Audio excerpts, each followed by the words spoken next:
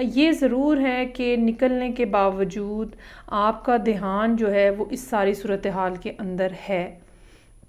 جو بھی ہوا ہے، جیسے بھی ہوا ہے، مارچ کے ان 15 ڈیز کے اندر آپ تھوڑا جیسے اپ اینڈ ڈاؤن کی سی کیفیت کے اندر ہیں. کبھی تو آپ کا دل چاہتا ہے کہ آپ ایک لانگ ٹرم ریلیشن ڈیولپ کر لیں، لیکن ساتھ ہی ساتھ جو آپ کے اندر کی بے چینی ہے، آزادی پسندی ہے، وہ آپ کو مجبور کر رہی ہے کہ آپ یہاں سے چپ کر کے کھسک لیں. اس ساری صورتحال کو اب آپ ٹیکل کیسے کریں گے، وہ آپ ہرمت کے کارڈ کے ساتھ کریں گے. آپ ان ساری باتوں کے اوپر سوچیں گے. ٹھیک ہے، یہ مارچ کا بالکل اینڈ ہوگا. اب یہ سمجھ لیں 25 مارچ کے بعد کا ٹائم، اور یہ 3-4 دن ایسے ہوں گے جہاں پہ آپ بہت زیادہ سول سرچنگ کرتے ہوئے نظر آئیں گے کہ اصل میں آپ زندگی میں کیا چاہ رہے ہیں، اصل میں آپ ریلیشن شپ کے ساتھ کیا کرنا چاہ رہے ہیں، اصل میں آپ اس شخص کے ساتھ کیا کرنا چاہ رہے ہیں، کس طرح کے تعلقات بنانا چاہ رہے ہیں. وہ کیا چیز ہے جو کہ آپ کو مجبور کیے ہوئے ہے کہ آپ بہت جلد جگہ بدل لیتے ہیں. جو 7 آف سورڈز کا کارڈ ہے وہ اس بات کی طرف اشارہ کرتا ہے کہ آپ لوگوں کے ساتھ ملتے ہیں، تعلق بناتے ہیں، لیکن پھر کچھ ایسی بات ہوتی ہے کہ آپ وہاں سے ہٹ جاتے ہیں، وہاں سے چلے جاتے ہیں. لیکن یہاں اس ٹائم کے اوپر ایٹ لیسٹ اس ریلیشن شپ کے اندر کچھ نہ کچھ ایسا ہے جو آپ پیچھے چھوڑ کے جا رہے ہیں، یا آپ یہ کہہ لیں کہ آپ کی روح کا کوئی حصہ، آپ کی سول کا کوئی حصہ اس پرسن کے پاس رہ گیا. یعنی آپ پورے طریقے سے ان سے ڈیٹیچ نہیں ہوا جا رہا آپ سے.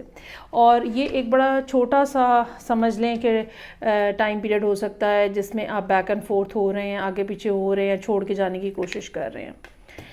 اوکے، کمنگ فیوچر میں 9 آف کپس، 8 آف پینٹیکلز اور 7 آف کپس. 7 کا یہاں پہ ایک اور کارڈ موجود ہے. کوئی نہ کوئی خواہش جو ہے وہ پوری ہوتی ہوئی نظر آ رہی ہے. یہ خواہش جو ہے یہ اس پرسن کے حوالے سے ہے جو کہ پوری ہوتی ہوئی نظر آ رہی ہے، یا یہ کہہ لیں کہ اس پرسن کا بیہیویئر ایسا ہے جو کہ آپ کے دل میں ایک خوشی بھر دے. جیسے کہ میں نے کہا کہ آپ یہاں کوشش تو کر رہے ہیں، مارچ کے اندر کوشش تو کر رہے ہیں آپ بھاگ لینے کی، نکل جانے کی، چھوڑ دینے کی، لیکن ہرمت کا کارڈ جو ہے وہ آپ کو مجبور کیے ہوئے ہے کہ آپ اپنے ایکشنز کے بارے میں غور کریں. آپ سوچیں کہ کیا واقعتاً اب یہ رائٹ ٹائم ہے کہ آپ اس پرسن کو بھی چھوڑ کے چلے جائیں جیسے آپ پہلوں کو چھوڑ کے چلے گئے ہیں. سو 9 آف کپس کے ساتھ کوئی نہ کوئی وش گرانٹیڈ ہے، کوئی نہ کوئی پریئر جو ہے وہ قبول ہو رہی ہے.